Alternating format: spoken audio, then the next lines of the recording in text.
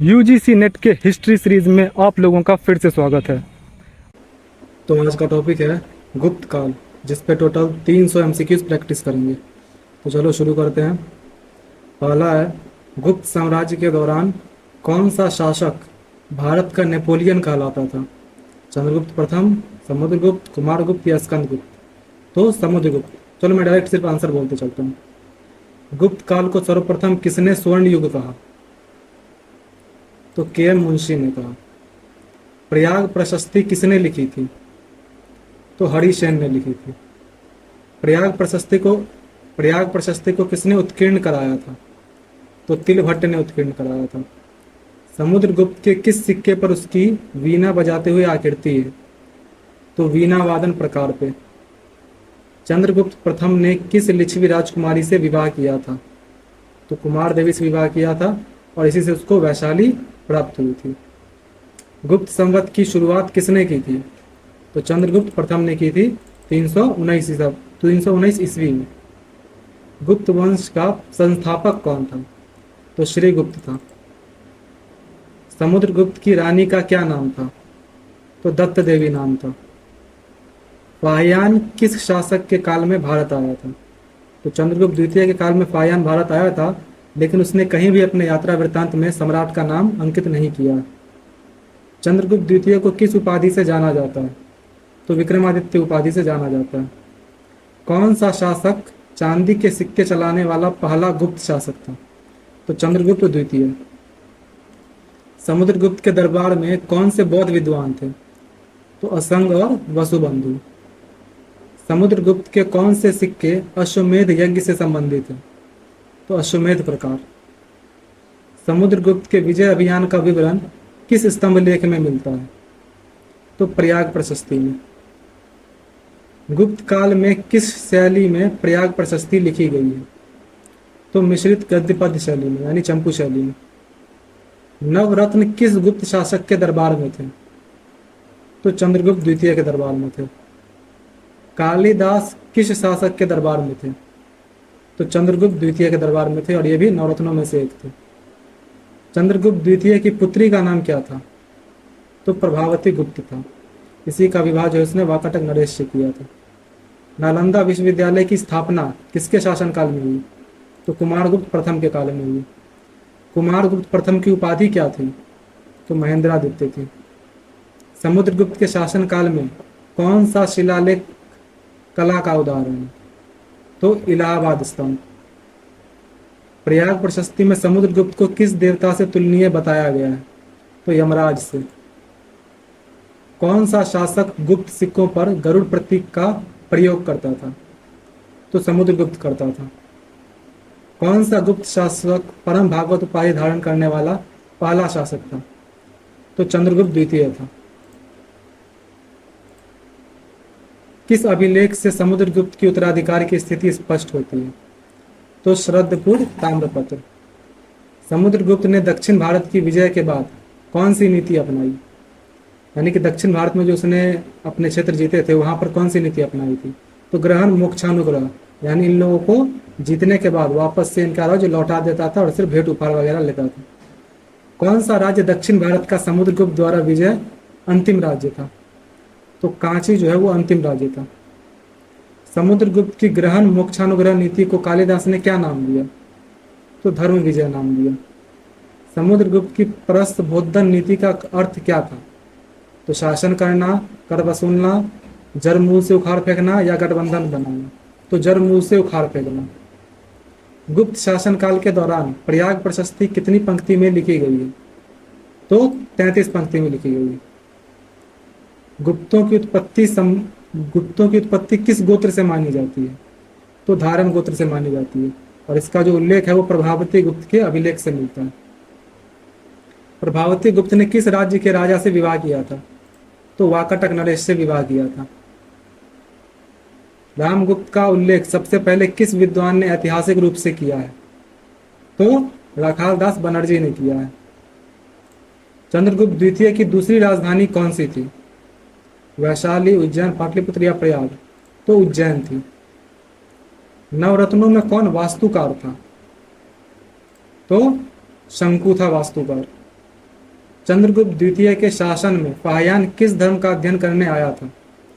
तो बौद्ध धर्म का अध्ययन करने आया था। गुप्त काल में किस स्थान पर लौह स्तंभ स्थित है? तो मेहरौली में स्थित है। लौह स्तंभ लेख में किस गुप्त सम्राट का उल्लेख है? तो चंद्रगुप्त द्वितीय का उल्लेख है। चंद्रगुप्त द्वितीय के काल का प्रमुख शिव मंदिर कहाँ स्थित है? तो उदयगिरी में स्थित है। कुमारगुप्त प्रथम की सबसे महत्वपूर्ण उपलब्धि क्या थी? तो नालंदा विश्वविद्यालय की स्थापना। कुमारगुप्त प्रथम का शासनकाल लगभग कितने वर्षों तक था? तो 40 वर्ष था, जो कि गुप्तों में सबसे ज्यादा था। गुप्त शासकों में किसके सबसे अधिक प्रकार के सिक्के मिले? तो कुमारगुप्त प्रथम के मिले हैं। और इसके अभिलेख भी सबसे ज्यादा प्रकार के मिले हैं। 14 प्रकार के अभिलेख और 18 प्रकार के सिक्के मिले। कुमारगुप्त प्रथम की मुद्राओं पर कौन सा प्रतीक प्रमुख था? तो मयूर चिन्ह जो है प्रमुख था। मंदसौर अभिलेख किस शासक से संबंधित है? तो कुमारगुप्त प्रथम से संबंधित है। मंदसौर अभिलेख के अनुसार सूर्य मंदिर का निर्माण किसने कराया? तो बंधु वर्मा ने करवाया। स्कंदगुप्त ने किस विदेशी आक्रमणकारी को हराया था? तो हूणों को हराया था। स्कंदगुप्त का प्रमुख अभिलेख कौन सा है जिसने हूणों के युद्ध का वर्णन? तो भीतरी लेख है। स्कंदगुप्त ने अपनी राजधानी कहाँ बनाई थी? तो अयोध्या में बनाई थी। गुप्त शासन में सर्वाधिक भारी स्वर्ण मुद्रा किसके समय में बनी? तो स्कंदगुप्त के समय में बनी, यानी कि इसमें जो है सबसे ज्यादा मिलावट था। कौन सा शासक विक्रमांक उपाधि से भी जाना जाता है? तो समुद्रगुप्त जाना जाता है। प्रयाग प्रशस्ति के अनुसार समुद्रगुप्त को किस कलात्मक कौशल में निपुण बताया गया है? तो वीणा वादन में बताया गया है, जो कि उसके सिक्कों से पता चलता है। समुद्रगुप्त द्वारा किया गया कौन सा युद्ध उत्तर भारत में अंतिम विजय मानी जाती है? तो एरन विजय। गुप्त शासन के दौरान सर्वराक्षोदेता उपाधि किसे दी गई थी? तो समुद्रगुप्त को दी गई थी। विदेशी शासकों ने समुद्रगुप्त की अधीनता किस प्रकार स्वीकार की थी? तो आत्मनिवेदन, कन्योपायन, शासन आदेश की याचना, उपरोक्त सभी। तो उपरोक्त सभी होगा। समुद्रगुप्त के सिक्कों में किस मुद्रा पर उसकी पत्नी की आकृति अंकित है? यहाँ तो अश्वमेध प्रकार जो है उसमें उसकी पत्नी का भी जो है अंकन किया गया है। चंद्रगुप्त प्रथम द्वारा चलाए गए सिक्कों का क्या नाम है? तो लिच्छवी प्रकार, राजा रानी प्रकार, विवाह प्रकार, सभी प्रकार के।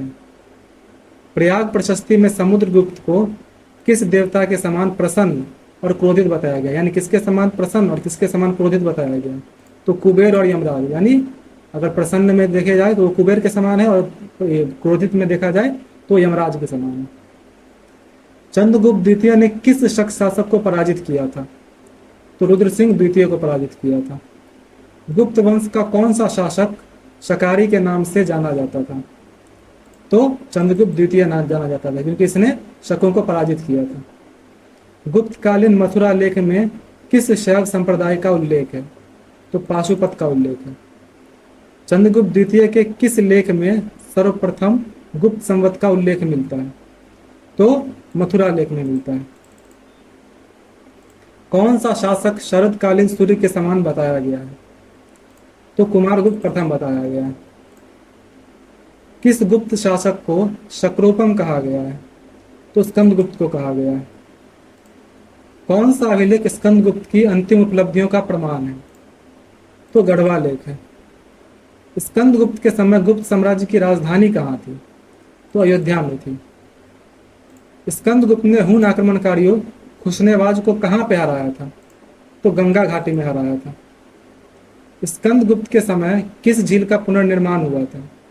तो सुदर्शन झील का पुनर्निर्माण हुआ था। सुदर्शन झील के बारे में यह है कि इसको बनाया था चंद्रगुप्त मौर्य के गवर्नर पुष्यगुप्त ने। उसके बाद अशोक ने भी उसका मरम्मत करवाया। उसके बाद फिर तुम्हारा रुद्रदामन, जो शक शासक है रुद्रदामन, उसने भी करवाया। और उसके बाद स्कंदगुप्त ने भी करवाया। सुदर्शन झील के पुनर्निर्माण का कार्य किसके नेतृत्व में हुआ? तो चक्रपालित के नेतृत्व में हुआ। गुप्त शासन काल में किस अभिलेख में सती प्रथा का प्रथम उल्लेख मिलता है? गढ़वा लेख, एरन लेख। तो इसमें एरन अभिलेख आंसर होगा। नरसिंह गुप्त बालादित्य ने किस हूण शासक को पराजित किया था? तोरमान, मिहिरकुल, खुशनेवाज या वज्र? तो मिहिरकुल को पराजित किया था, लेकिन बाद में जो है उसको कैद से मुक्त भी कर दिया था। गुप्त वंश का अंतिम शासक कौन था? तो विष्णुगुप्त था। किस गुप्त शासक को चंद्रादित्य उपाधि प्राप्त थी? तो विष्णुगुप्त को प्राप्त थी। कौन सा गुप्त शासक सबसे वृद्धावस्था में गद्दी पर बैठा? तो पुरुगुप्त जो है वो सबसे ज्यादा एज में गद्दी पर बैठा। गुप्तकालीन साहित्य को पुनर्जागरण काल किसने कहा? तो मैक्स मूलर ने कहा। गुप्त शासक श्रीगुप्त की उपाधि क्या थी? तो महाराज थी। प्रभावती गुप्त किस गोत्र से संबंधित थी? तो धारण गोत्र से संबंधित थी। और इसी के आधार पर अनुमान लगाया गया है कि जो बाकी सब भी जो थे वो सब भी धारण गोत्र के ही थे। नेक्स्ट है, किस शासक की उपाधि अपरितक मुद्राओं पर अंकित मिलती है?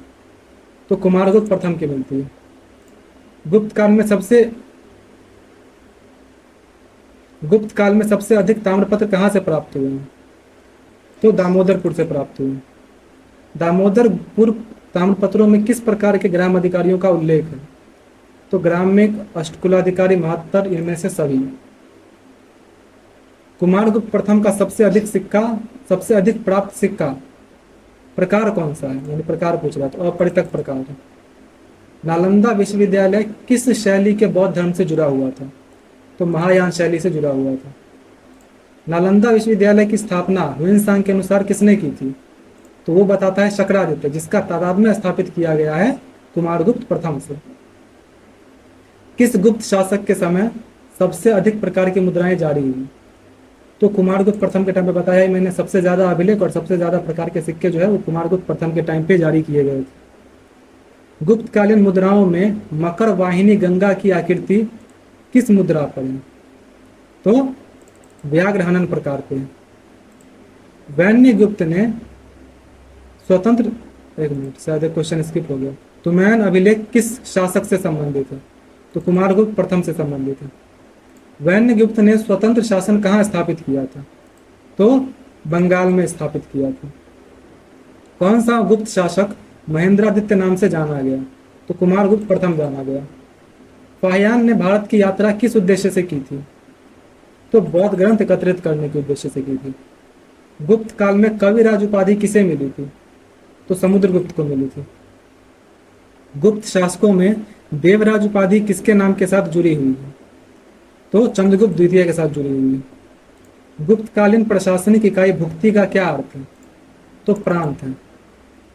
गुप्त वंश में ग्रामिक किसे कहा जाता है? तो ग्राम प्रमुख को कहा जाता था। किस अभिलेख में बुद्ध मित्र द्वारा बुद्ध प्रतिमा स्थापित किए जाने का उल्लेख है? तो मानकुंवर लेख में। गुप्त शासन के समय किस लेख में जैन मुनि दलिताचार्य का उल्लेख है? तो मथुरा लेख में। कौन सा गुप्त शासक बौद्ध धर्म अपनाने वाला पहला था? यानी गुप्तों में जो है सबसे पहले किस गुप्त शासक ने बौद्ध धर्म अपनाया? तो पुरुगुप्त ने अपनाया था, जो कि सबसे ज्यादा उम्र में बना था शासक। ह्वेनसांग के अनुसार नरसिंह गुप्त ने किस हूण नरेश को हराकर छोड़ दिया था? तो मिहिरकुल को छोड़ दिया था। नेक्स्ट है, विष्णुगुप्त द्वारा धारण की गई उपाधि क्या थी? तो चंद्रादित्य थी। किस अभिलेख में स्वतंत्रता संग्राम जैसा युद्ध वर्णित है? तो एरन अभिलेख में वर्णित है। तो इस तरह से पहला जो 100 MCQs था वो कंप्लीट हुआ, 99 भले ही हुआ है, तो पहला 100 कंप्लीट हुआ। अब बाकी के दोनों सेट करते हैं। तो ये रहा दूसरा सेट। गुप्त काल में राजा को किसके अवतार के रूप में देखा जाता था? तो विष्णु के अवतार के रूप में देखा जाता था। बाणभट्ट ने किस सिद्धांत का तिरस्कार किया था? तो दैवी उत्पत्ति सिद्धांत का तिरस्कार किया था। गुप्त प्रशासन की एक प्रमुख विशेषता क्या थी? तो विकेंद्रीकरण थी। गुप्त काल के अंत में किसे भूमि अनुदान दिया जाने लगा था? तो प्रशासनिक अधिकारियों को भी दिया जाने लगा था, क्योंकि ब्राह्मणों और पुरोहितों को तो पहले से दिया जा रहा है। कुमारामात्य किस प्रकार का अधिकारी था? तो सर्वोच्च प्रशासनिक अधिकारी को कुमारामात्य कहते थे। प्रयाग प्रशस्ति में किस संस्था का उल्लेख मिलता है? तो राजसभा का मिलता है। अप्रतिरथ की उपाधि किसे दी गई थी? तो समुद्रगुप्त और चंद्रगुप्त विक्रमादित्य को दी गई थी। कामंदक के अनुसार मंत्रियों का कार्य क्या था? तो गूढ़ विषयों पर मंत्रणा देना। अमात्य किसके समान माने जाते थे? तो नौकरशाही के, मतलब अमात्य किसके समान नहीं माने जाते? तो मतलब कि अमात्य को अगर आज देखा जाए तो आज अमात्य किस रूप में मौजूद है? तो नौकरशाही के रूप में मौजूद है।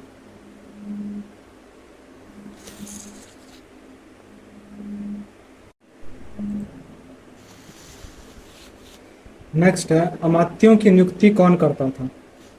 तो सम्राट करता था। हरिसेन किन किन पदों पर नियुक्त थे? तो कुमारामात्य, संधि विग्रहक, महादंड नायक, इनमें से सभी पदों पर वो नियुक्त थे, क्योंकि गुप्त काल में जो है इस तरह का रूल था कि एक ही आदमी को एक से ज्यादा पदों पर भी जो है बिठाया जा सकता था। गुप्त शासन में भूमि अनुदान से कौन सी प्रवृत्ति को बढ़ावा मिला? तो सामंतवाद। गुप्त सम्राटों की प्रमुख उपाधियां कौन कौन सी थी? तो महाराजा धीराज थे। गुप्त प्रशासन में कौन सा राज चिन्ह प्रयोग होता था? तो गुप्त प्रशासन का जो, यानी कि गुप्तों का जो राज चिन्ह था वो था गरुड़। महासंधि विग्रह का कार्य क्या था? तो विदेश मंत्री का कार्य करता था और युद्ध वगैरह देखता था। गुप्त नौकरशाही की तुलना मौर्य से क्यों नहीं की जा सकती है? आर्थिक नियंत्रण क्योंकि कम था, जो गुप्तों में जो है उसमें आर्थिक नियंत्रण कम था। हरिसेन किसके काल में अमात्य थे? तो समुद्रगुप्त, चंद्रगुप्त, विक्रमादित्य, स्कंदगुप्त, इन तीनों के ही काल में जो है हरिसेन ही अमात्य थे। विषयपति किस प्रशासनिक इकाई का प्रमुख होता था? तो विषय का होता था। विषय परिषद के सदस्य क्या कहलाते थे? तो महत्तर कहलाते थे। नगर श्रेष्ठी का कार्य क्या था? तो व्यापार श्रेणियों का प्रधान होता था वो। पुस्तपाल किसका रिकॉर्ड रखता था? तो भूमि लेन देन का रखता था। पूर्वपाल किसका प्रमुख अधिकारी था? तो नगर का था। दंडपाशिक कौन होता था? तो पुलिस को जो है उस समय दंडपाशिक कहते थे। शौल्किक किस विभाग का प्रधान था? तो सीमा शुल्क विभाग का। महाअक्ष पटलिक का कार्य क्या था? तो आय व्यय का लेखा जोखा रखना। भुक्ति शब्द का सर्वप्रथम उल्लेख कहाँ मिलता है? तो प्रयाग प्रशस्ति में मिलता है और भुक्ति का अर्थ होता है प्रांत। विषय के प्रमुख अधिकारी को क्या कहते थे? तो विषयपति कहते थे। विषय परिषद में कौन शामिल नहीं होता था? तो महासेनापति शामिल नहीं होता था, बाकी तीनों जो है वो शामिल होता था। कायस्थ, सार्थवा और नगर श्रेष्ठी शामिल होता था। प्रथम कुलिक कौन था? तो शिल्पियों का मुखिया था। पेट किस प्रशासनिक इकाई से संबंधित था? तो ग्राम समूह से। ग्राम सभा को मध्य भारत में क्या कहा जाता था? तो पंचमंडली कहा जाता था। ग्राम सभा का प्रमुख कौन होता था? तो ग्रामिक होता था। पूर्वपाल कौन होता था? तो नगर का मुख्य अधिकारी होता था। गिरनार नगर का पूर्वपाल कौन था? तो चक्रपालित था। गुप्त काल में सम्राट की अनुपस्थिति में न्याय कौन करता था? तो प्राड्डीवाक करता था। न्यायासन को किस नाम से जाना जाता था? तो धर्मासन नाम से जाना जाता था। न्यायाधीशों को गुप्त काल में किस नाम से जाना जाता था?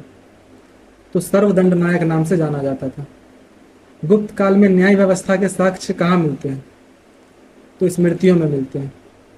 गांवों में न्याय व्यवस्था कौन करता था? तो ग्राम पंचायत करती थी। गुप्त काल में दीवानी और फौजदारी कानून को अलग कब किया गया? तो मतलब इस चीज का उल्लेख कहाँ मिलता है? तो बृहस्पति स्मृति में मिलता है। अपराधियों को दंड देने का अधिकार किसे भी दिया गया? तो ब्राह्मणों व दानवेताओं, यानी कि जिनको भूमि दी जाती थी उन्हीं को जो है साथ में उस भूमि पे जो लोग रहते थे, मतलब एक तरह से समझो जो सामंत व्यवस्था थी ना, उसको यहीं से जो है उसका बैकग्राउंड डाल दिया गया था। दंडपाशिक किस विभाग से संबंधित था? तो पुलिस से संबंधित है। गुप्त काल में सेना के सर्वोच्च अधिकारी कौन होते थे? तो महाबलाधिकृत होते थे। गुप्त सेना के 4 अंग कौन कौन से थे? तो पैदल, हाथी, रथ और घोड़े होते थे। पैदल सेना की छोटी टुकड़ी को क्या कहते थे? तो चमूए कहते थे। साधारण सैनिक को गुप्त काल में क्या कहा जाता था? तो चाट कहा जाता था। अश्व सेना का प्रधान अधिकारी कौन था? तो भटाश्वपति था। गज सेना का प्रमुख कौन होता था? तो महापीलुपति होता था। सेना के साजो सामान की देखरेख कौन करता था? तो रणभंडागारिक करता था।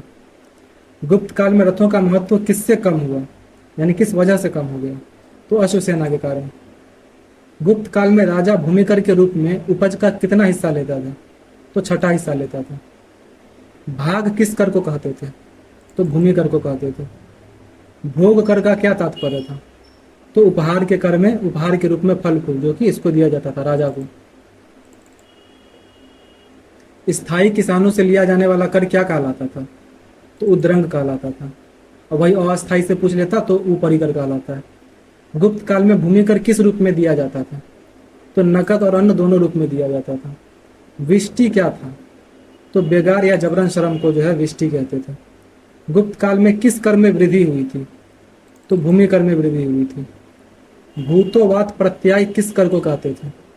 तो राज्य में उत्पन्न और आयातित वस्तुओं पर जो कर लगता था उसे कहते थे भूतोवात प्रत्यय। शुल्क किस प्रकार का कर था? तो विक्रय कर था। ध्रुवाधिकरण अधिकारी का कार्य क्या था? तो भूमि कर संग्रह करना। महाअक्ष पटलिक का क्या कार्य था? तो भूमि अभिलेखों की सुरक्षा करना। ब्रह्मदेव भूमि क्या थी? तो कर मुक्त भूमि, जो कि ब्राह्मणों को दी जाती थी। अग्रहार किसे कहा जाता था? तो कर मुक्त धार्मिक भूमि। देखो, अग्रहार में और ब्रह्मदेव में यही अंतर है कि ये जो है ये ब्राह्मणों को दी जाती थी उसके भरण पोषण के लिए, और अग्रहार जो दिया जाता था वो या तो शैक्षणिक उद्देश्य या फिर धार्मिक उद्देश्य से दिया जाता था, और लेकिन दोनों ही करमुक्त भूमि ही थे। गुप्त काल में भूमिदान किस रूप में वेतन, भूमिदान जो है वो किस रूप में दिया जाने लगा? तो एक मिनट, अच्छा, मतलब भूमिदान जो दिया जाने लगा गुप्त काल में वो किसके बजाय दिया जाने लगा? तो वो नकद वेतन के बजाय दिया जाने लगा। भूमि को सबसे पहले जोतने वाले को कौन सा अधिकार मिलता था? तो भूमि छिद्र न्याय अनुसार स्वामित्व का अधिकार मिलता था। निवी धर्म का क्या अर्थ है? तो भूमि को स्थायी रूप से दान देना, यानी कि एक बार दे दिए उसके बाद हमेशा के लिए उसी का हो गया। अक्षय निधि किससे संबंधित थी? तो स्थायी पूंजी निवास। हल दंडकार कर किससे संबंधित था? तो जो कृषक हल रखते थे उनसे हल दंडकार कर लिया जाता था। अदेवमात्रिक भूमि का क्या तात्पर्य है? तो कृत्रिम सिंचाई वाली भूमि। भूमि मापने वाला सबसे छोटा माप कौन सा था? तो अंगुल था। चार आरवाप मिलकर क्या बनाते हैं? तो एक दुरनवाप बनाते हैं। गुप्तकालीन अधिकारी क्षेत्र कर का क्या कार्य था? तो भूमि की नाप करना उसका कार्य था। भूमि बिक्री से पहले अनुमति किससे लेनी पड़ती थी? तो विषयपति और पुस्तपाल से, क्योंकि पुस्तपाल ही रिकॉर्ड रखता था। अमर कोश के अनुसार कितने प्रकार की भूमि बताई गई है? तो 12 प्रकार की भूमि बताई गई है। देवमात्रिक भूमि किस पर निर्भर थी? तो वर्षा जल पर निर्भर थी। गुप्त काल में वस्त्र निर्माण किस उद्योग से जुड़ा था? तो हथकरघा उद्योग से जुड़ा था। मंदसौर अभिलेख में किस श्रेणी द्वारा सूर्य मंदिर निर्माण का उल्लेख है? तो रेशम बुनकर द्वारा। श्रेणियों का मुखिया क्या कहलाता था? तो जेठक या ज्येष्ठक कहलाता था। व्यापारियों की समिति को क्या कहते थे? तो निगम कहते थे। गुप्त काल में सर्वाधिक सोने के सिक्के किसने चलाए? सॉरी, ये गुप्त काल गलती लिख दिया, ये लिखना चाह रहा था प्राचीन भारत में। तो प्राचीन भारत में सर्वाधिक सोने के सिक्के किसने चलाए? तो गुप्तों ने चलाए। गुप्त स्वर्ण मुद्राओं को क्या कहा जाता था? तो दिनार कहा जाता था। दिनार शब्द की उत्पत्ति किस भाषा से हुई है? तो लैटिन भाषा से हुई है, और इसका जो ओरिजिनल वर्ड है लैटिन में वो है डेनेशिका। चांदी के सिक्के का प्रयोग किसके समय में शुरू हुआ? तो चंद्रगुप्त द्वितीय के समय में शुरू हुआ। गुप्त काल में मुद्रा का प्रचलन किस काल की तुलना में कम हुआ? तो कुषाण काल की तुलना में। वैसे अगर बाकी समय भी देखा जाए मौर्य काल की तुलना में भी कम हुआ ही है, लेकिन मेनली जो है, क्योंकि पता होगा तुम लोगों को, गुप्त जो है वो कुषाण के सामंत थे, तो इसलिए कुषाण के काल में कंपैरिजन भी कंपैरेटिवली जो है जो मुद्रा का प्रचलन था वो गुप्त काल में कम हो गया था, और साथ ही उसकी गुणवत्ता भी कम हो गई थी। पायान के अनुसार आम लोग किस माध्यम से लेन देन करते थे? तो वस्तु विनिमय से, क्योंकि गुप्त काल में अगर देखा जाए तो ज़्यादातर चांदी के सिक्के मिलते हैं, तांबे के सिक्के नहीं मिलते हैं, और तांबे के सिक्के ही जो है वो आम लोग इस्तेमाल करते हैं। तो इसलिए ये अनुमान लगाया जाता है कि आम लोग जो है वो वस्तु विनिमय द्वारा ही करते थे, और जनरली अगर कभी कभी यूज़ करना ही पड़ जाए सिक्के तो वो लोग कौड़ियों का इस्तेमाल करते थे। श्रेष्ठी कुली के निगम में कौन कौन शामिल थे? तो श्रेष्ठी, शिल्पी और श्रेणी शामिल थे। पायान किस देश से आया था? तो चीन से आया था। श्रेणियाँ किस कार्य को भी करती थी? तो एक तो उनकी जो व्यापारिक श्रेणियाँ थी, तो अपने व्यापार में जो है अपनी जो भी उनके जो मेंबर वगैरह थे उन लोग का देखरेख तो करती ही थी, उन लोग के कार्यों का देखरेख करती ही थी, साथ में बैंकिंग कार्य भी करती थी वो। मृच्छ कटिकम में कायस्थ को किस रूप में दर्शाया गया है? तो न्यायालय लेखक के रूप में दर्शाया गया है। वर्ण व्यवस्था में कौन सा वर्ग सबसे निम्न माना गया? तो चांडाल को माना गया। फायान के अनुसार चांडालों को नगर में प्रवेश करते समय क्या करना पड़ता था? ढोल बजाना पड़ता था, ताकि बाकी लोग जो है उसको देखने से या फिर उसके स्पर्श से बच सके और उससे दूर भाग सके। गुप्त काल में वर्ण किस आधार पर तय होता था? तो जन्म पर तय होता था। कौन से वर्णों के कर्म ब्राह्मणों ने अपनाए? तो क्षत्रिय और वैश्यों के अपनाए। ब्रह्म क्षत्र किसे कहते थे? तो वो ब्राह्मण जो क्षत्रिय कर्म भी करते थे उन्हें ब्रह्म क्षत्र कहते थे। स्त्रियों के विवाह को उपनयन के बराबर किसने कहा? तो याज्ञवल्क्य ने कहा, और इसीलिए उसने कहा कि स्त्रियों को जो है पढ़ने लिखने की जरूरत नहीं है, वो अगर शादी ही करे तो वही उसके लिए उपनयन संस्कार जैसा है। सती प्रथा का पहला अभिलेखीय प्रमाण कहाँ से मिला है? तो एरन अभिलेख से मिला है। दहेज व पर्दा प्रथा गुप्त काल में कैसी थी? तो बिल्कुल थी ही नहीं। विधवाओं को पुनर्विवाह की अनुमति किसने दी है? तो नारद ने दी है। देवदासी प्रथा का उल्लेख किस ग्रंथ में मिलता है? तो मेघदूत में मिलता है। गुप्त काल में उच्च वर्ग के पुरुषों में बहुविवाह का कारण क्या था? क्योंकि उनके पास जो है भूमि और यानी कि पैसा जो है, एक तरह से वो लोग आर्थिक रूप से मजबूत थे, तो इसी चीज़ को दर्शाने के लिए वो लोग ज़्यादा विवाह करते थे। तो इस तरह से सेकेंड सेट भी कंप्लीट होता है स्वयं से कि उसका। अब लास्ट सेट करते हैं।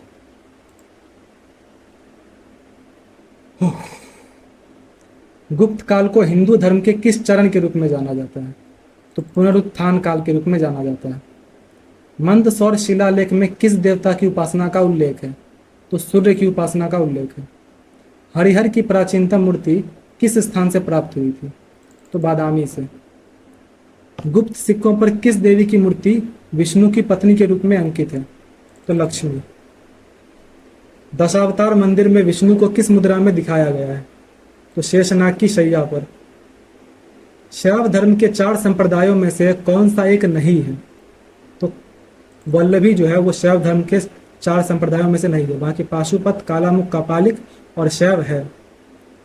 स्कंदगुप्त ने किस पशु आकृति वाले सिक्के चलवाए? तो बैल। अर्धनारीश्वर की प्रथम मूर्ति कहाँ से प्राप्त हुई? तो भीटा से प्राप्त हुई। गुप्त काल में स्थापित प्रसिद्ध शिव मंदिर किसने बनवाया? तो वीरसेन ने बनवाया। नालंदा बौद्ध विश्वविद्यालय की स्थापना किसके काल में हुई? तो कुमारगुप्त प्रथम के काल में हुई। बौद्ध धर्म के महायान संप्रदाय से संबंधित बौद्ध आचार्य कौन से नहीं हैं? तो इसमें से नागसेन जो है वो महायान संप्रदाय से जुड़े हुए नहीं है। जैन धर्म के किस आचार्य ने लोक विभंग की रचना की? तो सर्वनंदी ने की। वल्लभी में आयोजित जैन सभा का सभापति कौन था? तो देवर्धिगनि क्षमा श्रवण था। गुप्त काल के किस मंदिर को शिखर युक्त मंदिर का प्रथम उदाहरण माना जाता है? तो देवगढ़ का दशावतार मंदिर। नागर शैली का प्राचीनतम उदाहरण कौन सा मंदिर है? तो नचाना कुठारा का पार्वती मंदिर। भीतरगांव मंदिर मुख्यतः किस सामग्री से बना था? तो पक्की ईंट से बना था। देवगढ़ मंदिर किस देवता को समर्पित है? तो विष्णु को समर्पित है। अजंता गुफाएं किस प्रकार की है? तो बौद्ध गुफाएं। अजंता चित्रकला में किस रंग का प्रयोग मुख्यतः हुआ है? तो गेरुआ का प्रयोग हुआ। बोधिसत्व पद्मपानी चित्र किस गुफा में है? तो गुफा संख्या 1 में है। अजंता चित्रकला किस तकनीक में बनी थी? तो भित्ति चित्र में बनी थी। गुप्तकालीन चित्रकला का विषय क्या था? तो धार्मिक कथाएं थी। अजंता चित्रकला किस यान शाखा से यानी किस बौद्ध शाखा से संबंधित थी? तो महायान शाखा से संबंधित थी। अजंता गुफाओं की खोज किसने की थी? तो जॉन स्मिथ ने की थी। अजंता गुफाएं किस राज्य में स्थित है? तो महाराष्ट्र में स्थित है। गुप्त काल में संस्कृत साहित्य का सर्वाधिक विकास किसके काल में हुआ?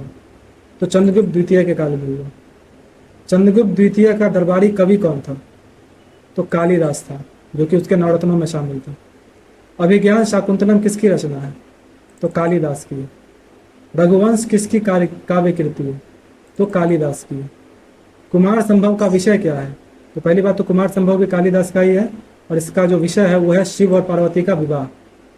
मालविकाग्नि मित्रम किस प्रकार की रचना है? तो ये भी कालिदास की है और ये एक प्रकार का नाटक है। 10 कुमार चरित के रचयिता कौन है? तो दंडी है। गुणाढ्य द्वारा रचित ग्रंथ कौन सा है? तो बृहत कथा है। भास को किस विधा का आचार्य माना जाता है? तो नाटक का, क्योंकि नाटक सबसे पहला जो लिखा था वो भास ने ही लिखा था। भास ने क्या लिखा था? गाथा सप्तशती लिखा था। गुप्त काल में किसने 9 शतक की रचना की? तो भर्तृहरि ने की। भास की रचना कौन सी नहीं है? तो मालविकाग्नि मित्रम नहीं है। और सॉरी, गाथा सप्तशती मैंने बोल दिया, स्वप्नवास वदत्ता है। सॉरी वो गलती हो गया था। और बाकी ये तीनों जो है, स्वप्नवास वदत्ता, प्रातिज्ञ, यौगंधरायन और कर्णभारम, ये तीनों भास की रचना है, लेकिन मालविकाग्नि मित्रम जो है ये कालिदास की। आर्यभट्ट ने किस ग्रंथ की रचना की थी? तो आर्यभट्टियम की थी। आर्यभट्ट किस शासक के समकालीन थे? तो स्कंदगुप्त के समकालीन थे। आर्यभट्ट ने पृथ्वी को किस रूप में बताया है? तो गोल रूप में बताया। सबसे पहले आर्यभट्ट ने ही बताया। पाई का लगभग मूल्य किसने ज्ञात किया था? तो आर्यभट्ट ने ज्ञात किया था। दशमलव प्रणाली का प्रथम उल्लेख किस ग्रंथ में हुआ? तो आर्यभट्टियम में हुआ। शून्य के प्रयोग का प्रथम प्रमाण कहाँ से मिलता है? तो ग्वालियर से मिलता है। वराहमिहिर की प्रसिद्ध रचना कौन सी है? तो बृहत संहिता है। वराहमिहिर किस विद्या के विशेषज्ञ थे? तो ज्योतिष के थे। गुप्त काल में चरित संहिता और सुश्रुत संहिता किस विषय से संबंधित थी? तो आयुर्वेद से संबंधित थी। गुप्त काल के प्रसिद्ध धातुकर्मी का नाम क्या था? तो नागार्जुन था। दिल्ली स्थित लौह स्तंभ किसकी धातु कला का प्रमाण है? तो गुप्तों का है। लौह स्तंभ पर किस शासक का उल्लेख है? तो चंद्रगुप्त द्वितीय का उल्लेख है। गुप्त काल में चिकित्सा विज्ञान के लिए प्रसिद्ध केंद्र कौन सा था? तो नालंदा जो है वो चिकित्सा विज्ञान के लिए प्रसिद्ध था। किस गुप्त शासक के काल में आयुर्वेद का उत्कर्ष हुआ? तो कुमारगुप्त के काल में।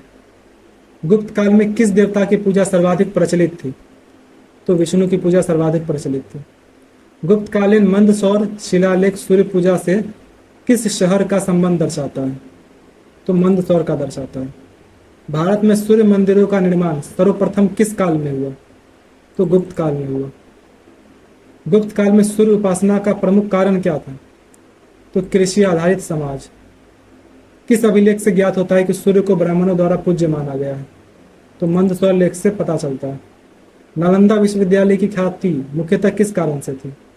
तो धर्म और दर्शन की वजह से। नालंदा में बौद्ध शिक्षा के साथ साथ किस धर्म का अध्ययन होता था?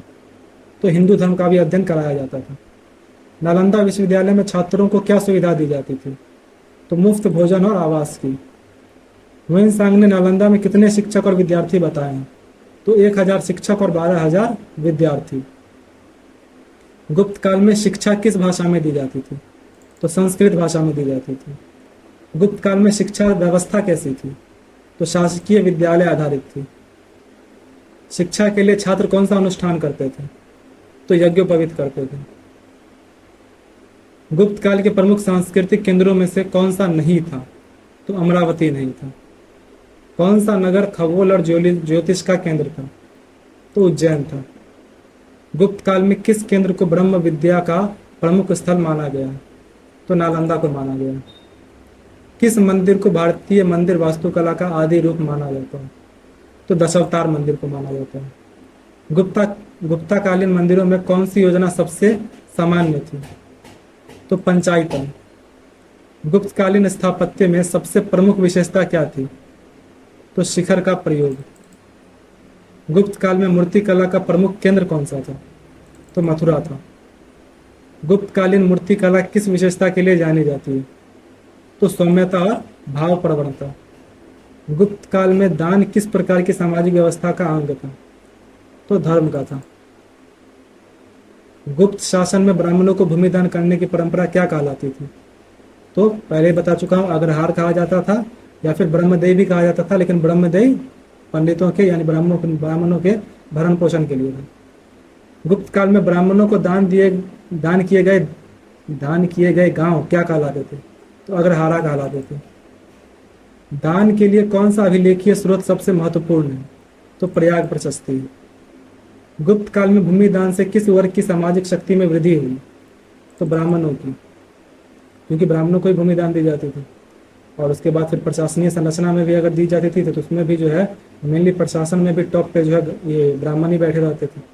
गुप्त काल में संस्कृति के प्रसार में मुख्य योगदान किसका था? तो ब्राह्मण का था। गुप्तकालीन समाज की सबसे महत्वपूर्ण विशेषता क्या थी?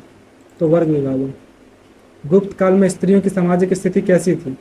तो सीमित अधिकारों वाली थी। भले ही उनके जो रचनाएं होती है, लेखकों की जो रचनाएं, उन लोगों में स्त्रियों का महत्व बढ़ गया था, लेकिन अगर ओवरऑल देखा जाए तो उन लोगों के अधिकार और सीमित ही कर दिए गए थे और थोड़ी सी स्थिति दयनीय मानी जा सकती है। गुप्त काल में विवाह प्रथा कैसी थी? तो बाल विवाह प्रचलित थी। देखो इस पे मुझे थोड़ा डाउट है, लेकिन ऐसा था कि बाल विवाह जो है हो सकता है गुप्त काल में प्रचलित हो। गुप्त काल में किस जाति को शिक्षा प्राप्त करने की अनुमति नहीं थी? तो शूद्रों को नहीं थी, लेकिन वो जो है महाभारत और पुराण वगैरह का श्रवण होता था, उसको सुन जरूर सकते थे। गुप्त काल में ब्राह्मणों को दान में दी गई भूमि पर किसका अधिकार होता था? तो ब्राह्मण दात्री का। गुप्त काल में किस भाषा के शिलालेख प्रमुखता से मिलते हैं? तो संस्कृत भाषा के। प्रयाग प्रशस्ति किसकी रचना है? तो हरिसेन की। प्रयाग प्रशस्ति में किस शासक का वर्णन है? तो समुद्रगुप्त का। गुप्तकालीन अभिलेखों में सबसे सामान्य लेखन शैली क्या थी? तो ब्राह्मी लिपि थी। समन्वयवाद किस धार्मिक प्रवृत्ति को दर्शाता है? तो सभी धर्मों को मिलाकर चलना।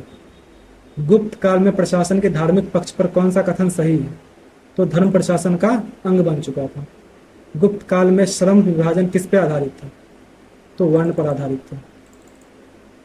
समाज में वर्ण व्यवस्था को किस प्रकार लागू किया गया? तो धार्मिक आधार पर। गुप्तकालीन शिक्षा का मूल उद्देश्य क्या था? तो धर्म और संस्कृति का ज्ञान। गुप्त काल में निम्नलिखित में से कौन सा शासक वैदिक धर्म से संबंधित नहीं था? तो हर्षवर्धन नहीं था, क्योंकि हर्षवर्धन जो है वो गुप्त काल का ही शासक नहीं है। समुद्रगुप्त, चंद्रगुप्त द्वितीय, स्कंदगुप्त, ये तीनों गुप्ता शासक ही। गुप्त काल में किस ग्रंथ में सामाजिक कर्तव्यों का वर्णन है? तो मनुस्मृति में। गुप्त काल में धार्मिक सहिष्णुता का प्रमाण किससे मिलता है? तो अभिलेखों में विभिन्न धर्मों के उल्लेख से मिलता है। गुप्त प्रशासन में किस वर्ग को विशेष अधिकार प्राप्त थे? तो ब्राह्मण को प्राप्त थे।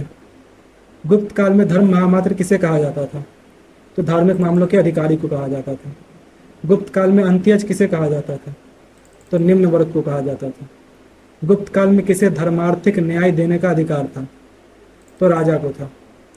किस अभिलेख में प्रशासनिक अधिकारियों को भूमि कर से छूट का आदेश दिया गया? तो एरन अभिलेख में दिया गया। गुप्त काल में शिक्षा और धर्म को किसने प्रोत्साहित किया? तो शासक और ब्राह्मण ने किया।